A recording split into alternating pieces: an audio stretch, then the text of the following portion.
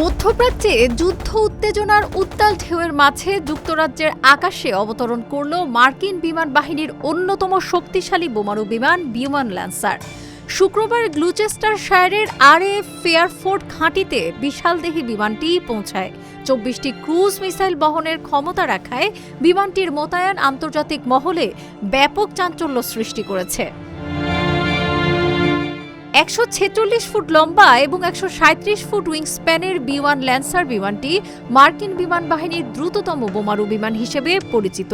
প্রতি ঘন্টায় 900 মাইল বেগে চলতে সক্ষম 4 জন ক্রু চালিত 86 টন ওজনের এই বিমানটির উন্নত র্যাডার, GPS, ইলেকট্রনিক জ্যামার ও ডিকয় সিস্টেম দিয়ে সজ্জিত। সামরিক মহলে এটিকে দ্য বোন নামেও ডাকা হয়। ব্রিটিশ প্রধানমন্ত্রী কিয়ার স্টারমার যুক্তরাষ্ট্রকে ব্রিটিশ ঘাঁটি ব্যবহারের অনুমতি দিয়েছেন, তবে তা সীমিতভাবে ইরানে প্রতিরক্ষামূলক হামলার জন্য। ব্রিটেন সরাসরি এই হামলায় অংশ না নিলেও RAF ইতিমধ্যে ইরানের ড্রোন ও ক্ষেপণাস্ত্র ভূপাতিত করতে সক্রিয়।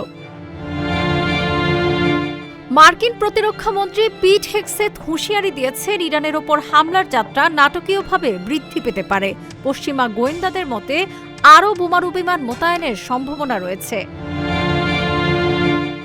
এদিকে যুক্তরাষ্ট্রের অর্থমন্ত্রী স্কট বেসেন্ট ফক্স নিউজকে দেওয়া এক সাক্ষাৎকারে বলেছেন, শনিবার রাত হবে ইরানের বিরুদ্ধে যুক্তরাষ্ট্রের সবচেয়ে বড় বোমা হামলার অভিযান। তিনি আরও বলেন, যুক্তরাষ্ট্রের এই হামলা ইরানের ক্ষেপণাস্ত্র উৎক্ষেপণ কেন্দ্র ও ক্ষেপণাস্ত্র তৈরির কারখানাগুলোতে সবচেয়ে বেশি ক্ষতি করবে এবং এর মাধ্যমে সেগুলোর সক্ষমতা উল্লেখযোগ্যভাবে দুর্বল করে দেওয়া হবে।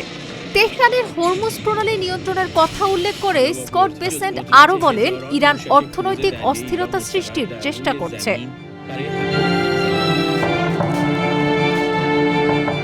ডেস্ক রিপোর্ট, আজকের পত্রিকা।